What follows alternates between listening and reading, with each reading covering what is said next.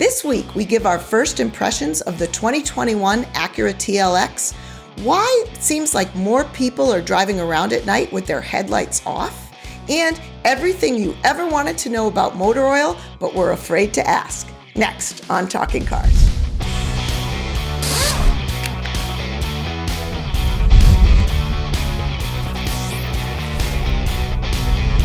Hi, and welcome to Talking Cars. I'm Jennifer Stockberger. I'm Ryan Pizlakowski. I'm Gabe Shenar. So we get a lot of great questions from our audience, but lately, many of them seem to be focused on oil, be it oil's top of mind, the pandemic, for whatever reason.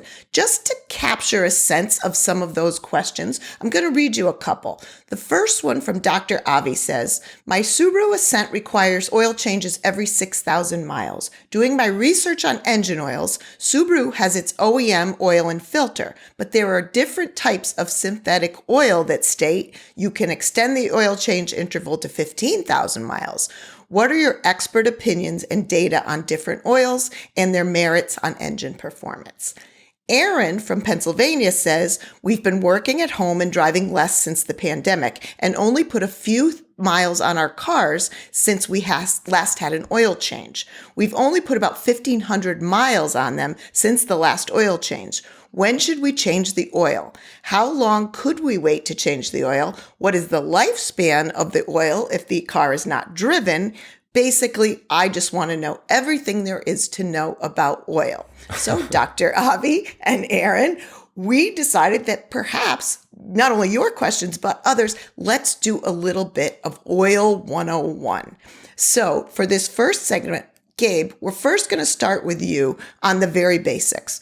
What is oil's role and what do all those designations mean?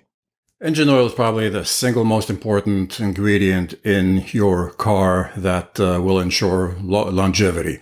It lubricates the friction between the pistons and the cylinder walls, and it also contains detergent to keep your engine running clean. Now, engine oil, you have to pay attention to the viscosity. A lot of oils are going to have two numbers, for instance, 5W30. W stands for winter. That means that in cold temperatures, that's the viscosity. And the viscosity extends to higher viscosity in higher temperatures.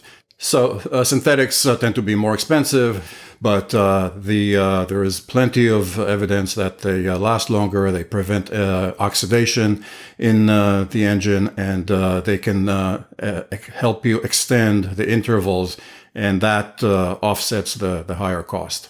And Gabe, for listeners and viewers, they should be matching that viscosity number, right? That's recommended in their manual. They should be matching the viscosity to the owner's manual and to the climate where they live.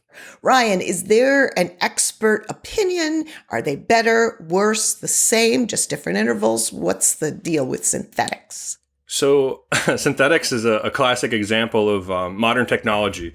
Modern engines are more efficient. The tolerances are tighter. Things they're advanced. So what do we have? We have to advance our oils to keep up with this stuff. Synthetic oil might not necessarily be required in your vehicle, depending on what you drive. The first thing we will say is consult your owner's manual. You should always use, the type of oil, the viscosity, all that the manufacturer specifies. But as far as synthetic oil goes, the oil is still coming from the ground at some point. But synthetic oil is much, much more processed. They're getting impurities out of it. They're adding stuff to it.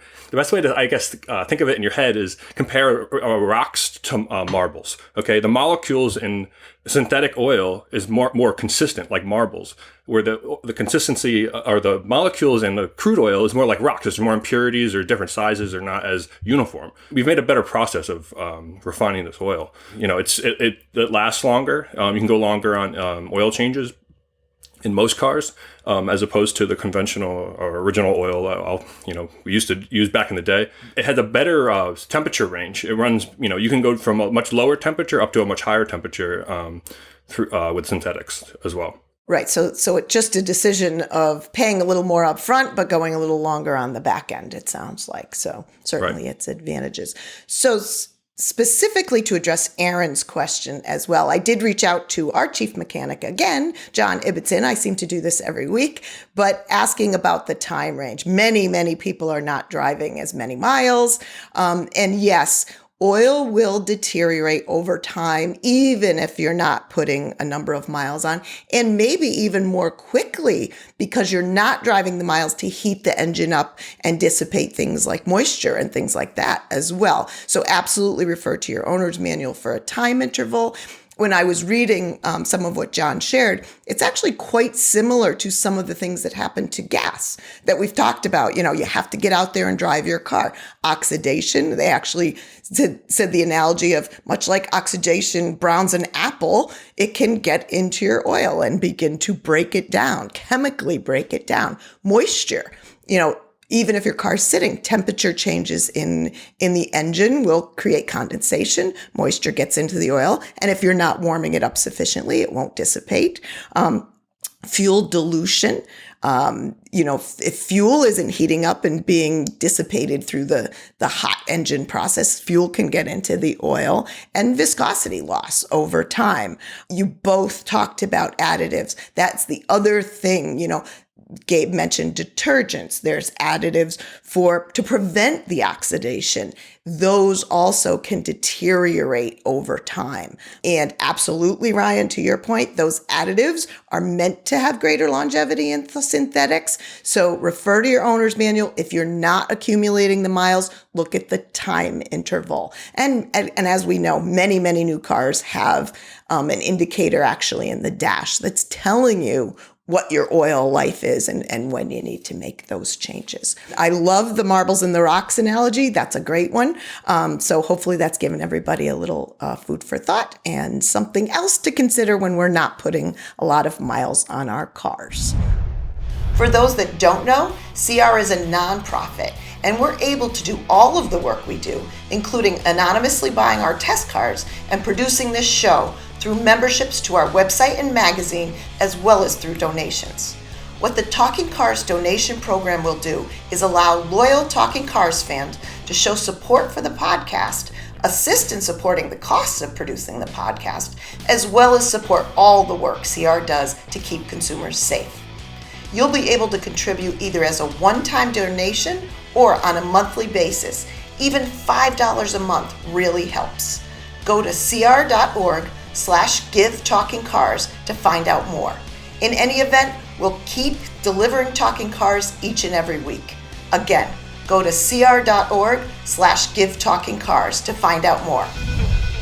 So moving on to From the Track, we actually have our first impressions of a new model, and that's the 2021 Acura TLX.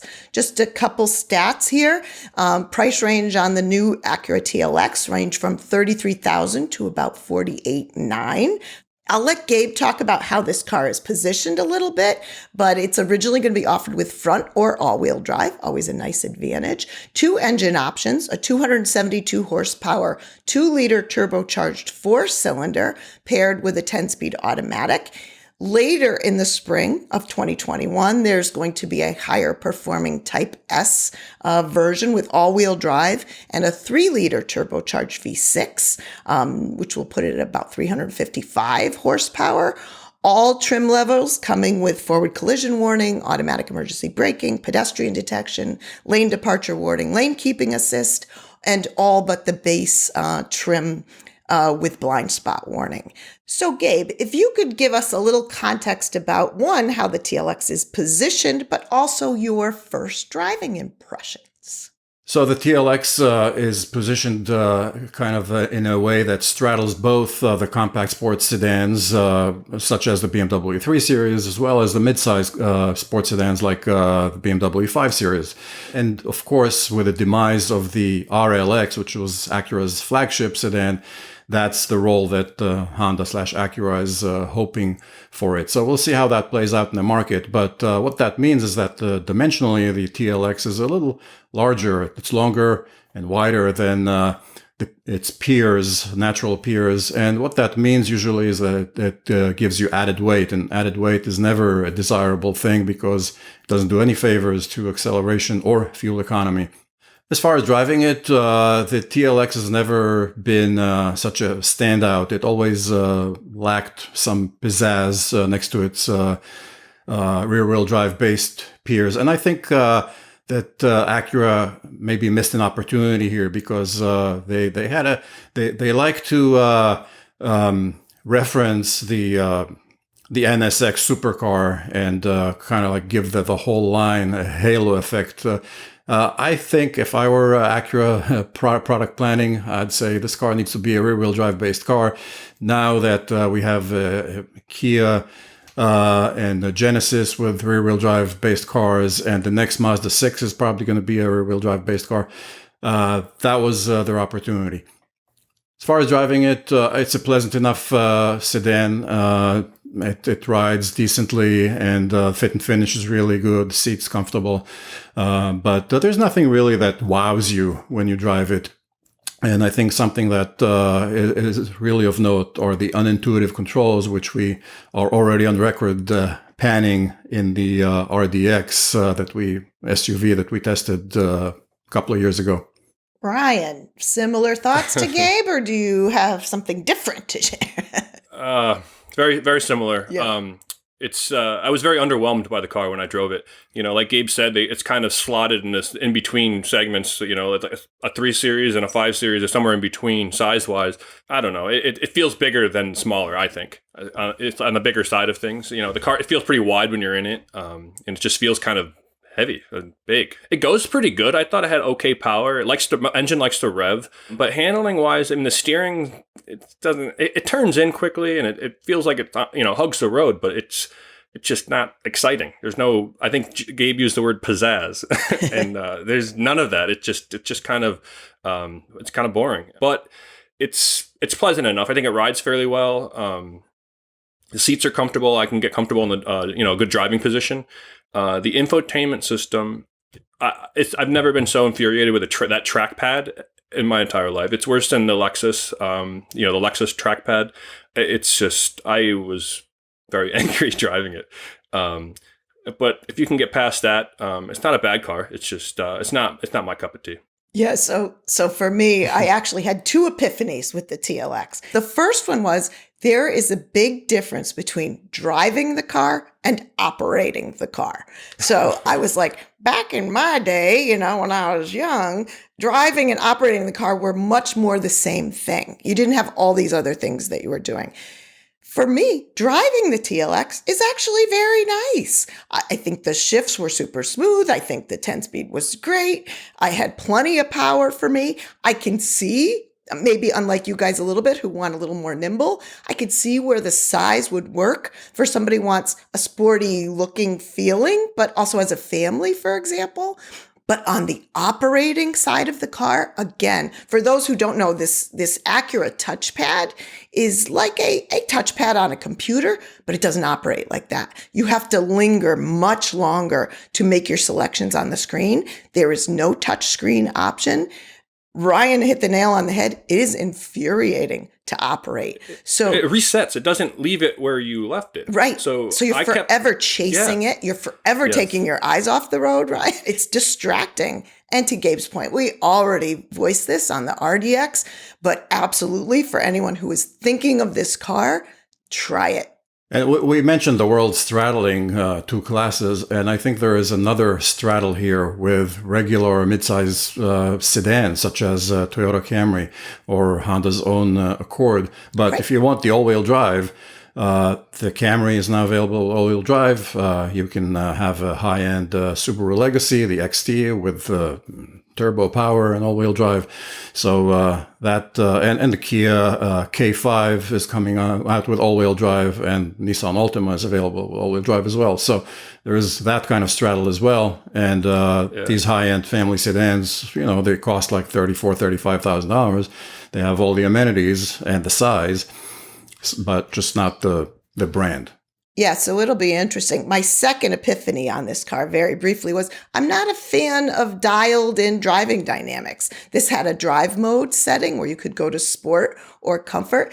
To me, either the car's tuned well. I was much happier in the normal mode. then in the sport, it just seems to me very artificial when that's done. So certainly on this car. So this is our rented impressions of the car we rented from Acura. Of course, we will be buying our own TLX soon and testing. It'll be great to see how the numbers play out and whether others feel the same as we do about the TLX. So moving on, we're going to go to your audience questions. As always, keep them coming. talkingcars@icloud.com. We love them, love them. So starting with Jeremy. It's becoming more frequent that I am seeing drivers fail to turn on their headlights at night. The problem seems to be the daytime running lights are so bright that it fools the driver into thinking their headlights are on. With their headlights off, the rear lights are also off. Am I mistaken about this? No, you are not mistaken. And yes, it can be a problem. There's two things that are weighing into that. One is the DRLs. And I think you're right. Daytime running lights, they are brighter. They are fooling people that their lights are on when they're not. And you are absolutely correct, Jeremy, that when the headlights are not on, the tail lights are not on. So again, the other piece is auto headlamps. So these are the auto mode in many cars that automatically turn on the low beams when they're in a low light condition. They may not always respond in low visibility conditions. So I think of a rainy day, a fog condition where the light's okay, so they're not turning on, but you probably could use not only the extra visibility, but to be seen as well, tail lights, headlights. So get to know the indicators. So that kind of indicator where it looks like two eyes facing away from each other with kind of fans, that's your DRL indicator. Watch for the low beam indicator, which is that green one with the kind of half moon with the straight lines coming out of it. That means your headlights are on. And if you have DRLs or auto headlamps, you do need to be conscious that those need to be turned on. Auto headlamps, the low beams will come on at night, but maybe not in low visibility. And then, of course, the blue one with the straight ahead lines is your high beam. So be conscious with auto too of those being on and off as well. So the car is kind of taking that away from the driver a little bit in a good safety way, because the data says that one, people don't always turn on their headlights when they should, and two, that they don't use high beams as often as they should. So some of those auto functions are good, but people need to be conscious. And Jeremy, you are absolutely right. Our second question is from Terrence. My family is upgrading from a 2014 Ford Escape to a new Kia Telluride. We live in New England and have previously either had a second set of tires and wheels for winter or one set of all-weather tires. It's frustrating that in snowbelt areas, manufacturers don't equip new cars with snow-rated tires. This means, on top of the cost of car itself, I'm looking at another cost of either buying new snow tires or swapping the all-seasons that came with the car. What are my options here? Can I easily sell the OEM all-seasons to the dealer or an independent tire shop? So we have our tire guy, Ryan, here. Ryan, thoughts for Terrence? Well, first thought is the Telluride is an awesome car. It's an awesome car. We used it for tire testing this year, and it's been a top favorite of ours at the track. You will enjoy it. So unfortunately, to my knowledge, I've never seen a car for sale brand new at a dealer with winter tires on it. The big thing here is you're going to need the all-season tires anyway, because if you got this car with just winter tires on it, in the summer, the spring rolls around, summer and into the fall, you absolutely want an all-season tire, especially in New England. A winter tire is designed for driving in cold, wintry conditions, snow and ice. On a cleared road, an all-season tire stops far shorter in dry and wet conditions than a winter tire, which is why we tell you to take them off in the spring and put them back on when the snow starts to fall again in the fall. So unfortunately, you like what you were doing with the two sets, having the winter set and the all-season set is the ultimate. That's the best scenario. You can get a set of all-weather tires, which we have tested. And they do provide added winter grip, and you can leave them on year round. There's just still not a dedicated winter tire in the snow. So I don't know exactly where he lives, but if you're in the northern half of New England, you're probably going to want the straight up snow tires, winter snow tires.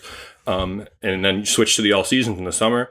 And the all weathers group is kind of a new segment, and OEMs are not putting them on the vehicles from the dealers, at least as far as I've seen. And I don't know if they ever will. It's that's up to them. But your best scenario is to buy a set of winter tires and do what you've been doing. And Ryan, if you're going to some of the larger tire dealers, for example, if you buy the winter versions from them, maybe even the automotive dealers, they'll store your winter set and they'll do the swap correct for free. Some places offer these types of services because it is kind of a pain to swap them and store them. We get that, but in terms of performance and safety, it's your best bet. Yeah. And everybody, as we're going into autumn months, as Ryan's talking about, don't forget these cool mornings for those of us where it's starting to get, really cool overnight. Don't be surprised for tire pressure monitors to be coming on in the morning, because as the pressure drops, you might want to bump up your tire pressure a little bit. So great question. Yeah. And just check your tread depth. Make sure you have enough tread on those tires. Are you ready for winter? Yeah, exactly. Yeah. You don't want to get to that first snowstorm and be sliding all around. Good point.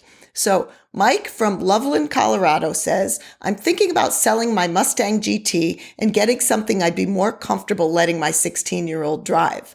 We do get some snow where I live, and while I'm a believer in winter tires, look at that, Mike, I'd probably look to go all-wheel drive until my kid is more experienced. That said, I love rear-wheel drive feel, so what all-wheel drive systems behave the most like rear-wheel drive? So funny, it's all tying together. Sounds like the TLX conversation. So Gabe, what do you think would be good options for Mike? And I agree, Mike, the GT is not a good car for a 16-year-old. Yeah, totally good call here. And I'm totally with you here with rear-wheel drive biased cars. But the good news is that there are a lot of rear-wheel drive based cars that have all-wheel drive, and usually they come from luxury brands, BMW, Mercedes, Cadillac, Jaguar. These vehicles, whether they're sedans or SUVs, they behave like a rear-wheel drive car, meaning that they have this kind of pointability to them, to the handling, and that kind of precision and confidence feel to them. But and they power the rear axle normally. Only when there is a slip, they divert power to the front axle, which gives you the added traction in slippery conditions. So I think that's your general direction here. Yeah, and I really appreciate Mike being it as parents and as we're talking about cars for young drivers.